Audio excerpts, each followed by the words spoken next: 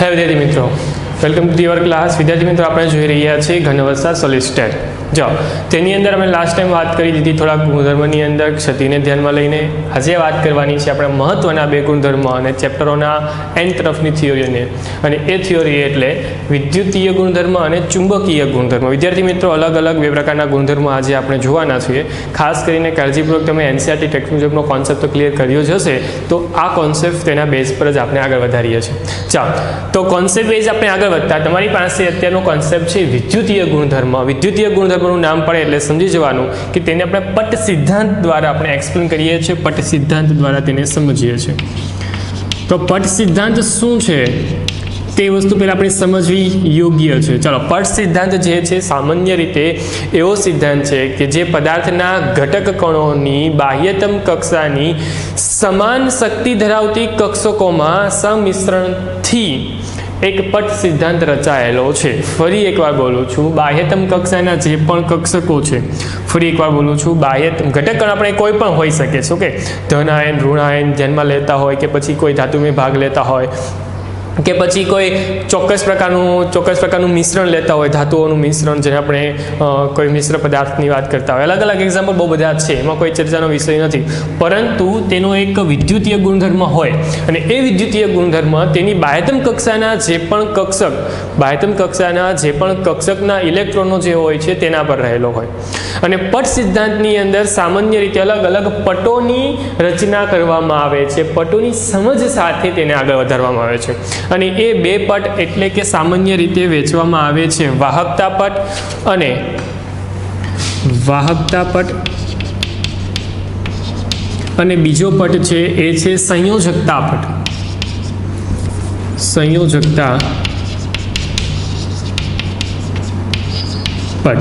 વિદ્યાર્થી મિત્રો, વાહકતા પટ અને સંયોજકતા પટ જે છે તમારા માટે બહુ જ અગત્યના છે. એનું નાનું કારણ છે કે વાહકતા પટ અને સંયોજકતા પટ દ્વારા તમે આ વસ્તુને સમજો કે વાહકતા પટ એટલે શું ને સંયોજકતા પટ એટલે શું. કે તમારી પાસે જ્યારે પણ સંયોજકતા પટનું નામ પડે એટલે એ શક્તિ સ્તર નીચું શક્તિ સ્તર હોય, જે શક્તિ સ્તર નીચું શક્તિ સ્તર હોય તે સંયોજકતા પટની અંદર જોવા મળશે. અને વાહકતા પટની અંદર શું હોય કે જેનું શક્તિ સ્તર ઊંચું હોય. ઓકે, તો તે વાહકતા પટની અંદર જોવા મળશે. સંયોજકતા પટને બીજા સંદર્ભમાં વિચારવા જાઓ અથવા તો કહેવા જાઓ તો કહી શકાય છે કે નીચી ઉર્જા ધરાવતી કક્ષકોનું સમિશ્રણ જ્યાં જોવા મળશે તે સંયોજકતા પટમાં હશે. અને ઊંચી જે કક્ષકોની વાત કરવા જાઓ, ઊંચી ઉર્જા ધરાવતા કક્ષકોની વાત કરવા જાઓ તો તે વાહકતા પટમાં તમને જોવા મળશે. ધેટ મીન્સ કે કોન્સેપ્ટ જોવા જઈએ ને તો એક ઉર્જાનો ગ્રાફ દોરતો હોઉં, હું ઉર્જાના સંદર્ભમાં વાત કરતો હોઉં કે ઉર્જા જે છે એ નીચેથી ઉપર તરફ વધી રહી છે. ઓકે, તો આ ઉર્જાનું એક ચોક્કસ મૂલ્ય મેં દર્શાવવાની ટ્રાય કરી છે. ઉર્જા છે ઉપર તરફ જાય એટલે વધતી જાય છે. તો અહીંયા હું એક ચોક્કસ પટોની રચના કરું છું અને એ પટ એટલે તમે આકૃતિમાં જોઈ રહ્યા છો તે જ મુજબના અલગ અલગ પટો છે. જે નીચેનો પટ જે છે કે જેની ઉર્જા ઓછી છે, જેને ઉર્જા ઓછી હોય તેને આપણે શું નામ આપ્યું છે? સંયોજકતા પટ. શું નામ આપ્યું છે? સંયોજકતા પટ. અને જેની ઉર્જા ઊંચી છે, વધુ છે, તેને આપણે કહ્યું છે વાહકતા પટ. અને જ્યારે પણ આ બંને પટો વચ્ચે ચોક્કસ પ્રકારનું અંતર, જેને આપણે કહેવામાં આવે છે શક્તિ ગેપ. શું કહેવામાં આવે છે? શક્તિ ગેપ. તો આ જે ભાગ તૈયાર થાય છે તેને આપણે શું નામ આપ્યું છે?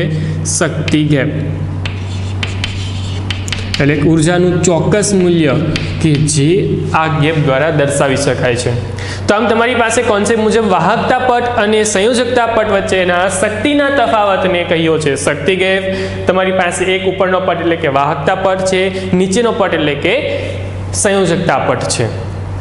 જ્યાં ઇલેક્ટ્રોન મળી આવવાની સંભાવના સૌથી વધુ હોય ને તો એ છે સંયોજકતા પટ. સામાન્ય બાહ્યતમ કક્ષાના ઇલેક્ટ્રોન ક્યાં રહેલા હશે? સંયોજકતા પટમાં રહેલા હશે. કેમ કે આપણે સંયોજકતા જાણીએ છીએ કે બાહ્યતમ કક્ષામાં રહેલા ઇલેક્ટ્રોન મુજબની સંયોજકતા હોય, તો તે જ મુજબ આ સંયોજકતા પટ એ ભાગ છે કે જે ઇલેક્ટ્રોનથી પરિપૂર્ણ હશે. હવે થાય છે શું, હું અલગ અલગ 3 કન્ડિશન તમારી સાપેક્ષ રજૂ કરું છું. એ 3 કન્ડિશન એટલે તમે જાણો છો તે જ મુજબની વાહક, અર્ધવાહક અને અવાહકની છે. ચાલો વિદ્યાર્થી મિત્રો, તમારી સાપેક્ષ રજૂ કરું છું નંબર 1 કે જે ઉર્જાનો ગેપ છે અથવા તો જે ઉર્જાનો ગ્રાફ છે એને ધ્યાનમાં લઈને જ વાત કરવા જાઓ. તમારી પાસે આ પહેલી સંયોજકતા ગેપ અને એ સંયોજકતા પટ જે છે એ સંયોજકતા પટ એકદમ ઓલમોસ્ટ મળી ગયેલો છે એ તમારા વાહકતા પટ સાથે. ધેટ મીન્સ કે તમારી પાસે રહેલા બંને પટ એકબીજામાં સમિશ્રિત છે. કેવા છે? એકબીજામાં સમિશ્રિત છે. એ આકૃતિમાં હું તમને દર્શાવું છું. એ જ વાહકતા પટ અને સંયોજકતા પટને આધારે આ વાહકતા પટ એ સમિશ્રિત થયેલો છે. મતલબમાં જે ઉર્જાનો ગેપ છે એ ઓલમોસ્ટ 0 છે. સંયોજકતા પટ. ઓકે, તો તમારી પાસે જે મૂલ્ય જે બંનેના છે એ કદાચ પટના કોન્સેપ્ટ સાથે સંકળાવું તો એ કહી શકાય કે તે ઓલમોસ્ટ 0 છે. એટલે એમ કહીશ કે જે સંયોજકતા પટમાં રહેલા ઇલેક્ટ્રોનો છે તે સરળતાથી વાહકતા પટમાં જશે. હવે સરળતાથી વાહકતા પટમાં જતા હોય ને તો તેવા જે પણ ગુણધર્મ છે તેને ધાતુમય ગુણધર્મમાં આપણે સમાવેશ પામીએ છીએ. તો એ ધાત્વિય વાહકતાના કોન્સેપ્ટમાં આવે છે. તો એ જે છે એ ધાતુમય પદાર્થ તૈયાર થશે. કેમ કે તે સારા એવા વિદ્યુતના વાહક છે, એટલા માટે આપણે તે વાહક પદાર્થો કહીએ છીએ. શું કહીએ છીએ? વાહક. એટલે વિદ્યુતનું વહન સરળતાથી થઈ શકે છે એટલા માટે આપણે તેને શું કહ્યું છે? વાહકતા દર્શાવી છે. મતલબમાં તેના વાહકના કોન્સેપ્ટ સાથે સાંકળીએ છીએ. વિદ્યાર્થી મિત્રો, આ તમારો પહેલો ભાગ એટલે કે વિદ્યુતીય પટને ધ્યાનમાં લઈને અથવા તો પટના ભાગને ધ્યાનમાં લઈને આપણે કહીએ છીએ કે તે વાહક છે. હું આવી જ રીતે બીજો કોન્સેપ્ટ મૂકી દઉં. તમારી પાસે પટ જે છે એ હવે થોડાક એવા બદલાયેલા મૂકું છું. જોજો, ખાસ કરીને સમજો. તમારી પાસે જે પટ હતો તેમાં થોડોક એવો ઉર્જાનો ગેપ જોવા મળે છે. થોડો એવો જ છે. ઓકે, અને આ ઉર્જાનો ગેપ તમે આટલો દર્શાવ્યો છે. એટલે આ શક્તિનો ગેપ તમને દેખાયો, શક્તિ ગેપ. ઓકે, પરંતુ તેનું મૂલ્ય બહુ જ ઓછું છે. હવે એનું મૂલ્ય ઓછું છે તમે જાણો છો, પરંતુ કે આ જે મૂલ્ય જે તમારી પાસે શક્તિનું છે એ કદાચ એવું છે કે જેને ચોક્કસ રીતે બાહ્ય કોઈ એનર્જીની જરૂર પડશે તો ને તો જ આ સંયોજકતા ગેપના જે પણ ઇલેક્ટ્રોનો છે ઉર્જા મેળવે તો તે વાહકતા પટમાં જશે, અધરવાઇઝ જશે નહીં. પરંતુ જો બાહ્ય કોઈ એનર્જી મળી જાય તો તે ચોક્કસ ડેફિનેટલી જવાના છે. એટલા માટે તે વાહક પણ છે, તે અવાહક પણ છે. એવું મિશ્રણ તૈયાર થતો એક ભાગ તૈયાર થાય જેને આપણે કહીએ છીએ અર્ધવાહક. શું કહીએ છીએ? અર્ધવાહક. ક્લિયર? આ વસ્તુ ખાસ યાદ રાખજો. શું કહીએ છીએ તેને? અર્ધવાહક. ચાલો નંબર 3 પર વિચારીએ અને નંબર 3 પર જઈએ તો તમારી પાસે જે પણ ભાગ છે કે આ રીતે છે. ફરી એકવાર સંયોજકતા ગેપ અને ઉપરનો જે ભાગ છે તે એટલે કે વાહકતા. હવે કોન્સેપ્ટ મુજબ આપણે જાણીએ છીએ કે તમારી પાસે વચ્ચેનો ભાગ એટલે કે જે શક્તિનો ગેપ છે તે શક્તિ ગેપ, અને એ શક્તિ ગેપ બહુ જ મોટો છે. જો આકૃતિમાં દર્શાવી શકાય છે. અને એ શક્તિ ગેપ બહુ જ મોટો હોવાને કારણે તમારી પાસે જ્યારે પણ કોઈ સંયોજકતા પટની અંદર રહેલા ઇલેક્ટ્રોન હોય તે કોઈ પણ એનર્જી મેળવીને પણ ઉપર જઈ શકતા નથી. કેમ કે ઉપર જવા માટે તેને એનર્જીનું બહુ જ મોટું મૂલ્ય જોઈએ છે, અને એનર્જીનું બહુ મોટું મૂલ્ય કોઈ જગ્યાએથી મળે એવું પોસિબલ અહીંયા બનતું નથી. પરંતુ બહુ જ મોટું મૂલ્ય પણ તેને આપવામાં આવશે તો તે ચોક્કસ ડેફિનેટલી જશે ને વિદ્યુતનું વહન ત્યાં માઇનોર રીતે થશે પણ જશે ખરું. એટલા માટે જ્યારે આની વાહકતાનું મૂલ્ય મેળવવામાં આવે ને તો એમાં બહુ જ માઇનસ ઘાતની અંદર તમને તેનું વાહકતાનું મૂલ્ય જોવા મળશે. ઓકે, તો આવા જે ભાગ જોવા મળે છે, આવા જે ભાગ તૈયાર થાય છે તે વાહકતાની દૃષ્ટિકોણથી કહી શકાય અવાહક પદાર્થો. કેવા કહી શકાય? અવાહક. તો આમ તમારી પાસે વાહક, અર્ધવાહક અને અવાહકના દૃષ્ટિકોણથી તૈયાર થતો એક ભાગ તૈયાર થાય છે. અને તેની વિદ્યુતીય વાહકતા ખાસ કાળજીપૂર્વક સમજો. વિદ્યુતીય વાહકતા જો દર્શાવવા આપણે જઈએ તો વિદ્યુતીય વાહકતા પહેલાં તો તે કયા એકમમાં છે તમને ખ્યાલ હોવો જોઈએ. ઓહમ ઇન્વર્સ મીટર ઇન્વર્સના કોન્સેપ્ટ સાથે એકમ સાથે રહેલો છે. તો પહેલાં તો એકમને ખાસ કાળજીપૂર્વક યાદ રાખજો, કેમ કે એકમ અહીંયા બહુ જ અગત્યનો હોય છે. સેન્ટીમીટર કરી નાખશે તો ઘાતનો ચેન્જ થઈ જશે અને એ ઘાત તમને હેરાન કરી શકે છે. ચાલો, તો તમારી પાસે વિદ્યુતીય વાહકતા જો વાહક પદાર્થોની પૂછવામાં આવે તો એ થઈ જશે 10⁴ થી લઈને 10⁷ ohm centimetre ohm inverse metre inverse મીટરમાં છે. ઓકે, ખાસ કાળજીપૂર્વક. ચાલો, ત્યારબાદ આપણી પાસે નેક્સ્ટ પદાર્થ આવે છે એ અવાહક છે. અને અવાહક માટે શું હોય તો કે અવાહક માટે 10⁻6 થી લઈને 10⁴ સુધીનો હોય. કેટલો હોય? 10⁻6 થી લઈને 10⁻4 સુધીનો. એન્ડ ધેન લાસ્ટ તમારા માટે આવે છે એ છે અવાહકો. તો એમાં તમને ખાસો એવો ફેરફાર જોવા મળે છે, અને એ ખાસો ફેરફાર એટલે 10⁻20 થી લઈને 10⁻6 સુધીનો. અને 10⁻10 સુધીનો જે પણ કોન્સેપ્ટ છે એ વાહકતાનો અવાહકતાના સંદર્ભમાં છે. તો આમ વાહકતાના મૂલ્ય જે છે એ રેશિયા વાઇઝ આપણે વેચ્યા છે. આ રેશિયાને તમારે ખાસ યાદ રાખવાના છે, કેમ કે રેશિયો પણ કદાચ તમારા માટે અગત્યનો છે. વિદ્યાર્થી મિત્રો, આના સિવાય અગત્યના બાબત તરીકે આપણે જો વાત કરીએ ને તો એ છે અર્ધવાહકોની. કેમ કે અર્ધવાહકો જે છે ને એ સામાન્ય રીતે એવી પ્રકૃતિ છે કે જે સામાન્ય રીતે ફિઝિક્સના એક સારા એવા ભાગને તૈયાર કરે છે. અને ઇલેક્ટ્રોનિક્સની જે પણ બહુ બધી માહિતીઓ છે તે અર્ધવાહકો પર ડિપેન્ડન્ટ છે. કેમ કે આપણે અર્ધવાહકો પર એક ચોક્કસ પ્રકારની પ્રક્રિયા કરીએ છીએ ને એ પ્રક્રિયા એટલે કે અશુદ્ધિઓનું ઉમેરવું. એટલે શું થશે તો કે અર્ધવાહકો જે છે તે હું ઉમેરી દઉં અશુદ્ધિઓ, ચોક્કસ પ્રકારની અશુદ્ધિ ઉમેરું છું કે જેને કહેવામાં આવે છે ડોપિંગ. શું કહેવામાં આવે છે? ડોપિંગની ક્રિયાવિધિ. જો કોઈ અર્ધવાહકની અંદર હું ચોક્કસ પ્રકારની અશુદ્ધિ ઉમેરી દઉં તો તેને ડોપિંગની ક્રિયાવિધિ કહેવામાં આવે છે. ડોપિંગ દ્વારા તેને ઓળખીએ છીએ. તો આ ડોપિંગ જે છે એ સરળતાથી તમને બે પ્રકારના મળે છે. પહેલો એટલે કે N પ્રકારનો અને બીજો એટલે કે P પ્રકારનો. નેગેટિવ અને પોઝિટિવ પરથી આપણે N અને P કહીએ છીએ. તો પહેલો લઉં છું N પ્રકારનો અર્ધવાહક અને બીજો લઉં છું P પ્રકારનો અર્ધવાહક.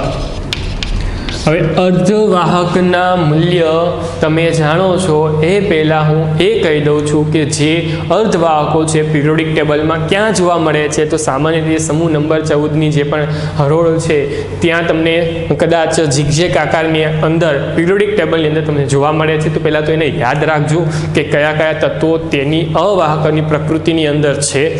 વાત કરીએ આગળ P પ્રકાર અને N પ્રકારની. તો P પ્રકાર એટલે કે શું તો કે પોઝિટિવ પ્રકારનો, અને N પ્રકાર એટલે શું એટલે કે નેગેટિવ પ્રકારનો.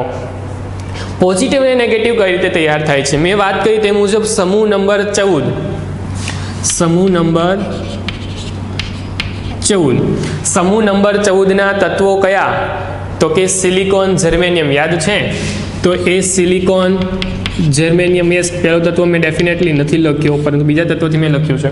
ચાલો, તો એવી જ રીતે તમારી પાસે બીજું તત્વ એટલે જર્મેનિયમ. ઓકે ને?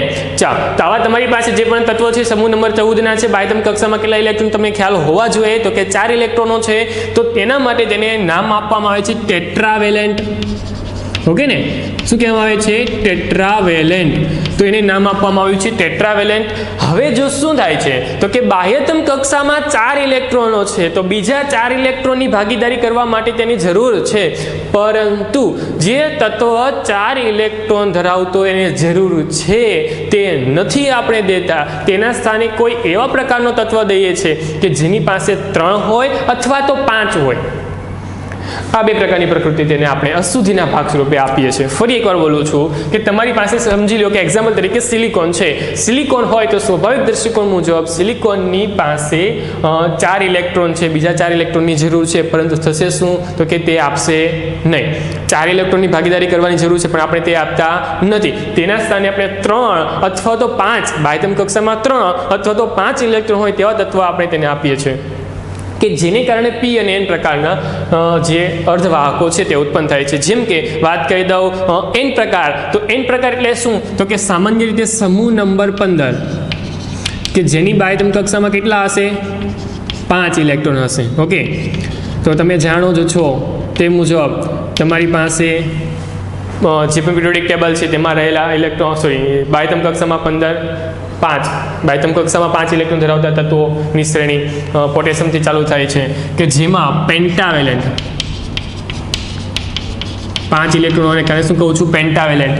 અને એવી જ રીતે તમારી સાપેક્ષ રજૂ થયેલો છે ત્રીજો ભાગ એટલે કે પી પ્રકારનો કે જેની અંદર સમૂહ નંબર 13 કે જે સમૂહ નંબર જે 13 જે છે ખાસ કાળજીપૂર્વક યાદ કરીને રાખવાનો કે સમૂહ નંબર 13 એટલે શું? તો કે બોરોન ફેમિલી અંદર કોણ આવે? તો કે બોરોન એલ્યુમિનિયમ. ઓકે ને, 1 by 1 તત્વોને પણ યાદ રાખેલા હશે.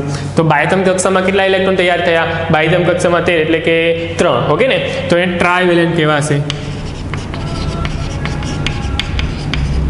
હવે ખાસ કાળજીપૂર્વક સમજો, તમારી પાસે બાહ્યતમ કક્ષામાં રહેલા ઇલેક્ટ્રોનને ધ્યાનમાં લઈને જ આપણે કાળજીપૂર્વક અહીંયા વેલેન્ટ શબ્દોને યુઝ કર્યા છે તે સમજાવવા માટે. હવે થાય છે શું? તો કે તમારી પાસે સિલિકોન છે, સિલિકોનની બાહ્યતમ કક્ષામાં 4 ઇલેક્ટ્રોન હોય. ઓકે, તો આ 3 સિલિકોનને બાજુમાં દોરીને સમજાવું છું, ખાસ થોડાક સમજી જજો. આ સિલિકોનને 3 બાજુમાં દોરાવીને ઇલેક્ટ્રોનની માહિતી સાથે આપું છું.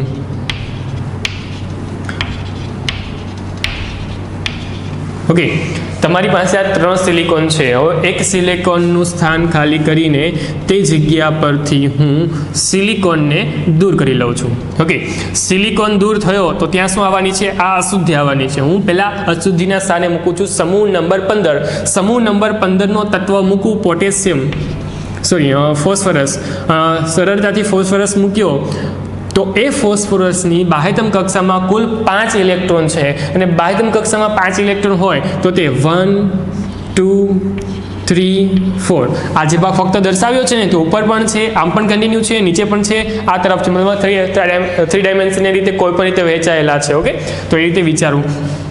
તો 4 ઇલેક્ટ્રોન સેટિસ્ફાઈ રીતે ઉપર નીચે થઈને સેટિસ્ફાઈ થઈ ગયા, પરંતુ એક ઇલેક્ટ્રોન જે એક્સ્ટ્રા તેની પાસે છે એટલે હું અહીંયા તેને દર્શાવી દઉં છું. આ જે ઇલેક્ટ્રોન છે તે સામાન્ય રીતે આખા જ સ્ફટિક પ્રણાલીની અંદર સરળતાથી ઘૂમતો રહેશે, ફરતો રહેશે. અને તમે જાણો છો કોઈ એક ઇલેક્ટ્રોન અયુગ્મિત રીતે જો આખા સ્ફટિકની અંદર ઘન પદાર્થની અંદર ફરતો હોય તો તે સામાન્ય રીતે એ ઇલેક્ટ્રોનને કારણે વિદ્યુત વાહકતા તમને જોવા મળશે.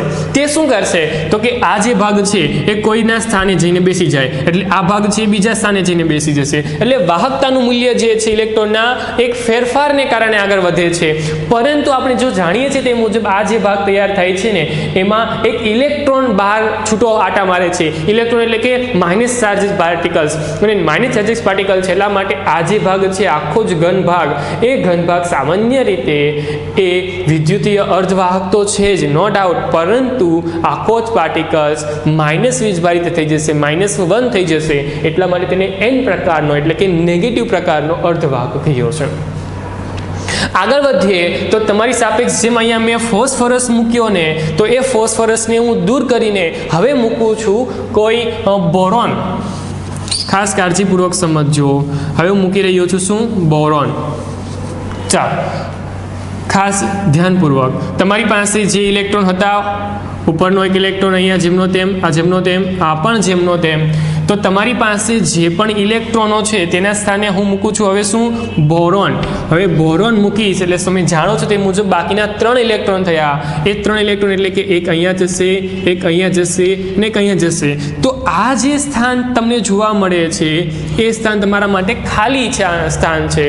અને આ જે ખાલી સ્થાન જે છે એ સરળતાથી તમે જાણો છો તે મુજબ એ ઇલેક્ટ્રોનની ઉણપ છે દર્શાવે છે. હવે શું થશે? તો કે ઇલેક્ટ્રોનની ઉણપ જે છે ને ત્યાં અવકાશીય ભાગ તૈયાર થયો, એટલે આને હોલ કહીએ છીએ. આપણે શું કહીએ છીએ? હોલ કહીએ છીએ. અને આ હોલ જે છે સામાન્ય રીતે શું થશે? આમાં ક્રિયાવિધિ શું થાય છે? તો કે અહીંયા જે હોલ છે એ શું થશે? તો કે કોઈ ઇલેક્ટ્રોન છટકીને તેનું સ્થાન ભરી લેશે. કે જેને કારણે આ ઇલેક્ટ્રોન અહીંયા આવી જશે, કે જેને કારણે આ જે ભાગનો ઇલેક્ટ્રોન હતો તે અહીંયા આવવાને કારણે હોલનું સ્થાન અહીંયા આવી જશે. હવે ફરી એકવાર આગળના કોઈ મોલેક્યુલ્સનો અહીંયા આવી જશે. મતલબમાં હોલની ગતિવિધિ થતી હોય ને, હોલ પોતાના સ્થાન ચેન્જ કરતો હોય ને તેવું વર્ણન થશે. અને હોલ જે છે એ નેગેટિવ ચાર્જિસ પાર્ટિકલ્સ નથી, મતલબમાં એક ચોક્કસ અવકાશીય ભાગ છે કે જ્યાં નેગેટિવ ચાર્જ નથી, એટલા માટે આપણે પોઝિટિવના સંદર્ભમાં લઈએ છીએ. અને આ જે ભાગ છે તેને આપણે પી પ્રકારના એટલે કે પોઝિટિવ પ્રકારનો ચાર્જિસ પાર્ટિકલ કહીએ છીએ, કેમ કે ત્યાં પોઝિટિવ ઇલેક્ટ્રોન સેટિસ્ફાઈ રીતે જોવા મળતા નથી. ત્યાં એક ઇલેક્ટ્રોનની કમી છે અને તમે જાણો છો તે મુજબ એક ઇલેક્ટ્રોનની કમી એટલે કે પી પ્રકારનો તૈયાર થશે, પોઝિટિવ તૈયાર થશે. તો આમ વાત ડિટેલમાં કરવા જઈએ ને તો એ અલગ અલગ બહુ જ રીતે કામમાં આવતા અર્ધવાહકો છે, જેમાં પીએનપી, પીપીએનએન અલગ અલગ પ્રકારના ડાયોડ બનાવવામાં છે, ટ્રાયોડ બનાવવામાં આવે છે કે જેનો ખાસો એવો ઉપયોગ ઇલેક્ટ્રિક જગતમાં થાય છે. અને ઇલેક્ટ્રિક એટલે કે ફિઝિક્સની બાબતોને જ્યારે સમજવાની થાય તો ઇલેક્ટ્રિકની ફિઝિક્સની બાબતો અહીંયાથી જ શરૂઆત કરતી હોય છે. તો આ બાબત બહુ ખૂબ જ અગત્યની હતી કે જેને આપણે જોઈએ વિદ્યુતીય ગુણધર્મના કોન્સેપ્ટ સાથે. ચાલો વિદ્યાર્થી મિત્રો, આપણે આગળ વધીએ અને ખૂબ જ ફટાફટ કામકાજ પૂર્ણ કરીએ, એટલે કે ચુંબકીય ગુણધર્મનું. ચુંબકીય ગુણધર્મની અંદર આપણે જાણીએ છીએ તે મુજબ ચુંબકીય ગુણધર્મો ક્યારેક થાય અને ક્યારે ઉત્પન્ન થાય છે, ક્યારે તે ઉત્પન્ન થતો નથી, કયા કયા પ્રકારના ચુંબકીય ભાગ અત્યાર સુધી આપણે આવ્યા છે તો બહુ બધા ભાગ આવ્યા છે, જેની અંદર આપણે ખાસ આ બે પહેલાં તો સમજીએ છીએ, પરંતુ પાછળના ત્રણ જે છે એ ખાસ કાળજીપૂર્વક આપણે જોયા નથી, પરંતુ હવે સમજીએ. વિદ્યાર્થી મિત્રો, તમારી પાસે નંબર 1 કે પહેલાં તો ચુંબકીય ગુણધર્મ ક્યારે ઉત્પન્ન થાય, જ્યારે પણ કોઈ ચુંબકીય ભાગ ઉત્પન્ન થાય તો શું થાય છે, તો એ પ્રકૃતિ વાઇઝ અલગ અલગ હોઈ શકે છે. હવે કોઈ જે છે ઇલેક્ટ્રોનની ગતિવિધિને કારણે ચુંબકીય પ્રકૃતિમાં આવે છે, કોઈ ડોમેનને કારણે આવે છે. ડોમેન શું છે આપણે સમજીશું. હવે જે પ્રકૃતિ જે છે એ ચુંબકીય ગુણધર્મને આધારે તૈયાર થતી હોય છે, તો એ બધી ચુંબકીય ગુણધર્મને આપણે સમજવાની છે. સમજે તો નંબર 1 કે તમારી પાસે અમુક એવા પણ ગુણધર્મ છે કે જે તમારા માટે નવા છે, જેમ કે ફેરોમેગ્નેટિક હોય, જે લો ચુંબકીય કહીએ છીએ, એન્ટી ફેરો કહીએ કે ફેરી મેગ્નેટિક કહીએ, નામ પણ એક્ઝેક્ટ સમાન જેવા છે. આ બે પ્રકારના તમે જાણો છો, પ્રતિચુંબકીય અને અનુચુંબકીય, કેમ કે આપણે મોલેક્યુલ્સના દૃષ્ટિકોણથી અનુચુંબકીય પ્રતિચુંબકીય જાણીએ છીએ અને એ જ વસ્તુ અહીંયા ફરી એકવાર તમને આપી છે. હવે તમે જાણો છો તે મુજબ તમારી પાસે યુગ્મિત ઇલેક્ટ્રોન હોય, યુગ્મિત ઇલેક્ટ્રોન, તો એ યુગ્મિત ઇલેક્ટ્રોન એટલે કે સરળતાથી આપણે જ્યારે દર્શાવતા હોઈએ ત્યારે આવી રીતે દર્શાવતા હોઈએ છીએ, જો એક ઉપર એક નીચે. તો જ્યારે પણ યુગ્મિત ઇલેક્ટ્રોન હોય ને તો યુગ્મિત ઇલેક્ટ્રોન શું કરે તો કે એકબીજાની વિરુદ્ધ દિશાના હોય છે, કે જેને કારણે તેની ચુંબકત્વની જે પણ એબિલિટી છે તે નાબૂદ કરતા હોય છે. મતલબ ચુંબકીય ચાકમતા ત્યાં તમને મળતી નથી. સાથે સાથે ચુંબક તરીકે વર્તતા નથી, કેમ કે એકબીજાની વિરુદ્ધ દિશાના છે અને એકબીજાની વિરુદ્ધ દિશાના હોવાને કારણે તે પોતાની અસરને નાબૂદ કરી દે છે, એટલે અયુગ્મિત ઇલેક્ટ્રોન હોય. ચાલો, તો એ પ્રતિચુંબકીય બને છે. સાથે સાથે અગત્યના ભાગ રૂપે લખી શકાય કે ચુંબકીય ક્ષેત્રમાં નિર્બળતાથી આકર્ષાય છે. ચુંબકીય ક્ષેત્રમાં નિર્બળતાથી, ખાસ કાળજીપૂર્વક આ મુદ્દો લખીએ છીએ, ખાસ યાદ રાખવાનો છે. નિર્બળતાથી એનું અપાકર્ષણ થાય છે. શું થાય છે? અપાકર્ષણ. ખાસ કાળજીપૂર્વક યાદ રાખજો, તેનું નિર્બળતાથી શું થાય છે? અપાકર્ષણ થાય છે. અને વિરુદ્ધ દિશામાં ચુંબકત્વ જોવા મળે છે. ચુંબકીય ક્ષેત્ર રેખાથી વિરુદ્ધ દિશામાં વિરુદ્ધ ચુંબકત્વ. ઓકે, ચુંબકીય ક્ષેત્ર રેખા જે હશે ને તેનાથી વિરુદ્ધ ચુંબકત્વ જોવા મળે. તેના એક્ઝામ્પલ તમે ઓલરેડી લખીને આપીએ જ છે. એક્ઝામ્પલ એટલા માટે મેં પહેલાં લખીને આપ્યા છે કેમ કે એક્ઝામ્પલને જ પહેલાં તમારે યાદ રાખવાના છે, કેમ કે બહુ બધા એક્ઝામ્પલ ડાયરેક્ટ તમને આ જ સવાલોના કોન્સેપ્ટમાં પૂછાય, તમને કહી દેશે કે બેન્ઝીન આપ્યું છે તો તે કેવો છે. જો એક્ઝામ્પલ યાદ હોય તો ફટાફટ કેવા જવાબ આવી જાય, માર્ક આવી જાય. હવે તો એક વસ્તુ સિમ્પલ થઈ જાય છે. ચાલો, અનુચુંબકીયની વાત કરીએ તો અનુચુંબકીય આના કોન્સેપ્ટના ભાર સ્વરૂપે જ આવે છે. ચાલો, જેમાં અહીંયા અનુચુંબકીય વાત કરીએ તો તે અયુગ્મિત ઇલેક્ટ્રોનના કોન્સેપ્ટ સાથે ચાલે છે. તો અહીંયા શું છે? અયુગ્મિત ઇલેક્ટ્રોન, કે જેમાં સિંગલ અયુગ્મિત ઇલેક્ટ્રોન હોય તેને નાબૂદ કરવા માટેનો સાથેનો જોડીદાર નથી, એટલે ચુંબકીયની ચાક માત્રા એ ચોક્કસ ડેફિનેટલી મળવાની છે. સાથે સાથે એમ પણ કહીશ કે ચુંબકીય ક્ષેત્રમાં જ્યારે મૂકવામાં આવે છે તો તે નિર્બળતાથી આકર્ષાય છે. એ મુદ્દો શું આવશે? નિર્બળતાથી આકર્ષવાનો. તો ચુંબકીય ક્ષેત્રમાં નિર્બળતાથી આકર્ષણ પામે છે. ક્લિયર? તો અહીંયા આકર્ષણનું મૂલ્ય જોવા મળે છે, અહીંયા અપાકર્ષણનું મૂલ્ય તમને જોવા મળે છે. જેમાં વિરુદ્ધ ચુંબકત્વ દર્શાવતો હતો ચુંબકીય ક્ષેત્ર રેખાથી, તો આ દિશામાં ચુંબકત્વ જોવા મળશે અથવા ચુંબકત્વ જોવા મળશે. ક્લિયર? આ કેમાં હતું? વિરુદ્ધ દિશા, ચુંબકીય ક્ષેત્ર રેખાથી વિરુદ્ધ દિશા હશે. આ ચુંબકીય ક્ષેત્ર રેખાની જ દિશામાં ચુંબકત્વ દર્શાવે છે. ચાલો બહુ બધા એક્ઝામ્પલ મેં તમને દર્શાવ્યા છે ઓલરેડી. એ બધા જ એક્ઝામ્પલોમાં તમે મોટાભાગના એક્ઝામ્પલો જાણો છો. ખાસ કરીને પ્રતિચુંબક અને અનુચુંબક એવા ભાગો તૈયાર થાય છે કે જેમાં તમે સામાન્ય ઇલેક્ટ્રોનનું વર્તુળક જોઈને સરળતાથી તમે જવાબમાં તમારો જવાબ કહી શકો છો કે તેમાં અયુગ્મિત ઇલેક્ટ્રોન છે કે નથી. ઓકે, એક વસ્તુ ક્લિયર અહીંયા પણ યાદ રાખવાનું છે કે જ્યારે ચુંબકત્વનું નામ પડતું હોય તો એ દિશા જે છે તેની અંદર જ છે. એટલા માટે જ્યારે ચુંબકત્વ નાશ પામે છે, જ્યારે હું એ ચુંબકીય ક્ષેત્ર રેખાને હટાવી લઉં છું અથવા તો ચુંબકની અસર હટાવી લઉં છું. ઓકે, તો આમાં એ પ્રકૃતિ જોવા મળવાની છે. ચાલો વાત કરીએ અગત્યના બાકીના ત્રણની. તેમાં તો પહેલાં એક્ઝામ્પલોને ખાસ યાદ રાખજો. તો એમાં સૌપ્રથમ આવે છે ફેરોમેગ્નેટિક. ફેરોમેગ્નેટિક જે એક્ઝામ્પલો છે તે ખાસ યાદ રાખજો. તમારી પાસે એની અંદર અલગ અલગ એક્ઝામ્પલો આપ્યા છે. Fe, CO, Ni, Gd. હવે ખાસ Gd એટલે શું છે તો કે ગેડોલિનિયમ. ત્યારબાદ CrO એટલે ક્રોમિયમ ઓક્સાઇડ આપ્યું છે. આવા બહુ બધા એક્ઝામ્પલો તમારી સાપેક્ષ રજૂ કર્યા છે કે જે ખાસ કરીને ફેરોમેગ્નેટિક હોય. હવે પહેલાં તો ક્લિયર કરી દઉં કે ફેરોમેગ્નેટિક જે છે ઇલેક્ટ્રોનની દૃષ્ટિકોણથી નથી થતા, તે વર્તુળક આવે છે ડોમેઇનની. ડોમેઇન શું છે એ વસ્તુ ક્લિયર કરવા માટે આપણે નાના ધોરણની અંદર જતા એ ચુંબકત્વના પ્રકૃતિને સમજીએ. તમારી પાસે એક નાનાથી નાનો ટુકડો ચુંબકનો એક સ્વતંત્ર ચુંબક તરીકે વર્તે છે. અને સ્વતંત્ર ચુંબક તરીકે વર્તવાનું એક નાનું રીઝન એ જ છે કે તમારી પાસે જે પણ ચુંબક જે છે તે ડોમેઇનથી બનતા હોય છે અથવા તો ડોમેઇનની પ્રકૃતિમાં રહેલા છે. અને એ ડોમેઇનની પ્રકૃતિમાં રહેવાને કારણે જ કે તે સ્વતંત્ર ચુંબકત્વ ધરાવે છે. હવે આ ડોમેન દોર્યા છે. મેં એક મોટો ચુંબકનો ટુકડો લીધો છે, તેની અંદર નાના નાના સૂક્ષ્મ ભાગમાં ડોમેન રહેલા છે.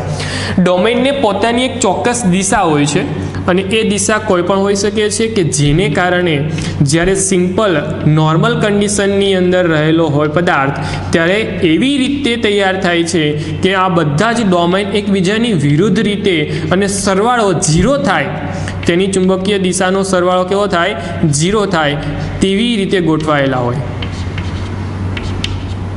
મતલબ એવો છે કે તમારી પાસે આ બધાનો સરવાળો ફાઇનલી સદિશ સરવાળો કરવા જાઓ અને સદિશ સરવાળો કરતાં તમે આઈ થિંક આવડતું જશે. સદિશ સરવાળો કરવા જાઓ તો એ સદિશ સરવાળો ફાઇનલી મૂલ્ય 0 થઈ જાય છે. પરંતુ એ વસ્તુ એટલે કે જે પણ પદાર્થ જે છે જે ડોમેનથી બનેલો છે અથવા તો જે ધાત્વિય ભાગ છે એ ડોમેનથી બનેલો છે, તો એ ડોમેનને ચુંબકીય ક્ષેત્ર રેખા નીચે રાખવામાં આવે. એટલે હું આને ચુંબક નીચે રાખું છું તો ચુંબકની અસર તેને આપું છું.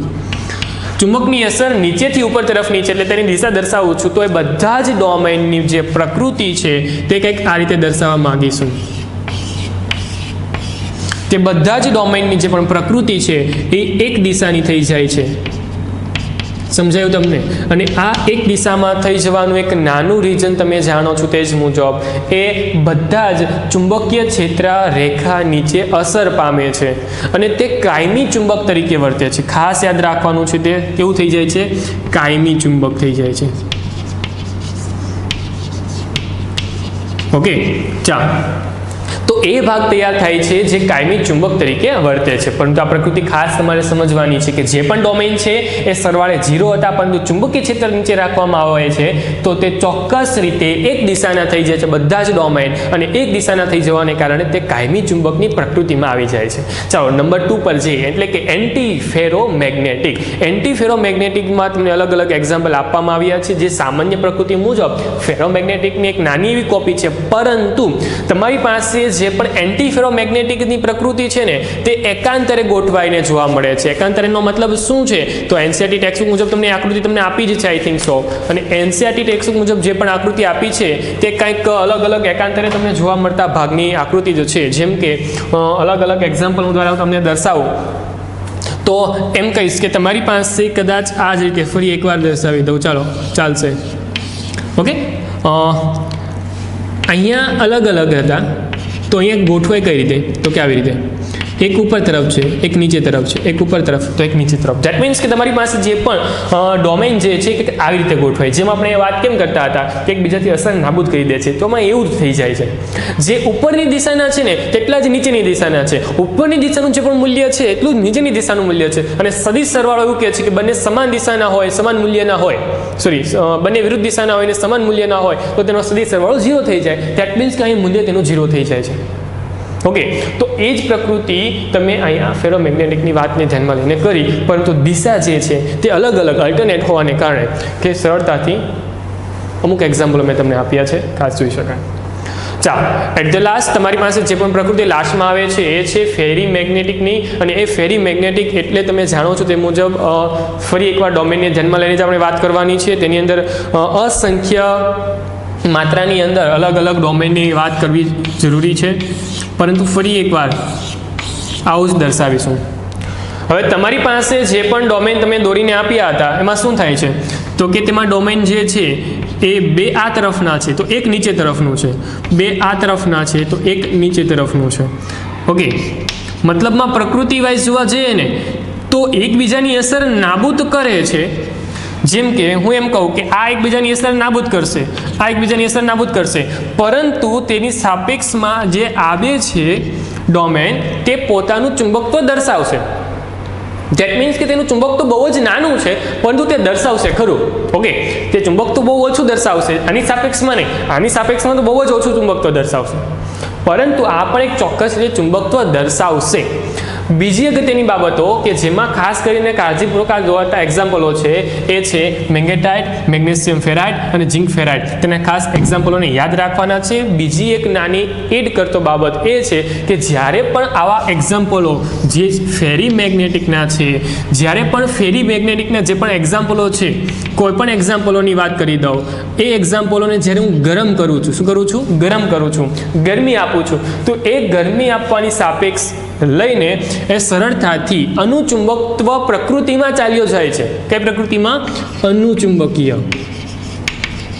મતલબમાં ડોમેનની પ્રકૃતિમાંથી છટકીને કેવા થઈ ગયા? ઇલેક્ટ્રોનની પ્રકૃતિમાં ચાલ્યા જાય છે. અને સરળતાથી કહી શકાય કે જેટલા પણ એક્ઝામ્પલો છે ને એ એક્ઝામ્પલોને ગરમી આપું છું, મતલબમાં કોઈ પણ હોય, મેગ્નેટાઇટ હોય કે ઝિંક ફેરાઇટ હોય, કોઈ પણ એક્ઝામ્પલ લો, તેને ગરમી આપું છું અને ગરમી આપવાને કારણે તે જે પણ એક્ઝામ્પલો છે તે અનુચુંબકીય પ્રકૃતિમાં ચાલ્યા જાય છે.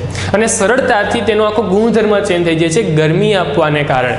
તો આમ બાબત આપણે સમજી એ અતિ ચુંબકીય ગુણધર્મની. ચુંબકીય ગુણધર્મને ફરી એકવાર લાસ્ટ ટાઈમ કહી દઉં છું, 5 અલગ અલગ છે, જેમાં ખાસ અગત્યના હોય તો આ 2 છે, પરંતુ એક્ઝામ્પલોની દૃષ્ટિકોણથી બધા જ એક્ઝામ્પલોને ખાસ યાદ રાખવાના છે. શબ્દ આમ તેમ ન થઈ જાય, એક નાના એવા શબ્દથી અલગ અલગ શબ્દ તૈયાર થયેલા છે, તો ખાસ ડીપલી થોડુંક રિવિઝન મારવાનું, સમજવાની કોશિશ કરવી.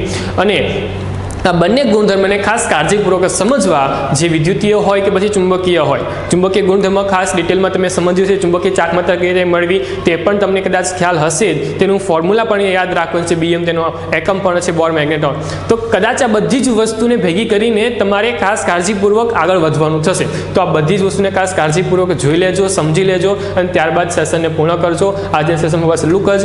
અને બધા સેશનને કમ્બાઈન કરીને આપણે એટલું કહી શકીએ છીએ કે થિયરી બેઝ જેટલી પણ વસ્તુ ક્લિયર થવી જોઈતી હતી તે બધી જ થિયરી બેઝ ક્લિયર છે. આપણે નેક્સ્ટ સેશનથી આપણે યોગ્ય રીતે એક્ઝામ્પલોને સોલ્વ કરવાની વાત કરીશું, MCQ સોલ્વ કરીશું. પરંતુ નાની એવી રિક્વાયરમેન્ટ મારી એવી છે કે જેટલી પણ થિયરી જો તમે કમ્પ્લીટ કરીને રાખી છે તેને કાળજીપૂર્વક રિવિઝન મારો, તેને કાળજીપૂર્વક ફરી એકવાર જુઓ અથવા તો સમજો, અને એ જ વસ્તુ પરથી તમે MCQ સોલ્વ કરી શકશો. અધરવાઇઝ તમારા MCQ સોલ્વ થવાના નથી.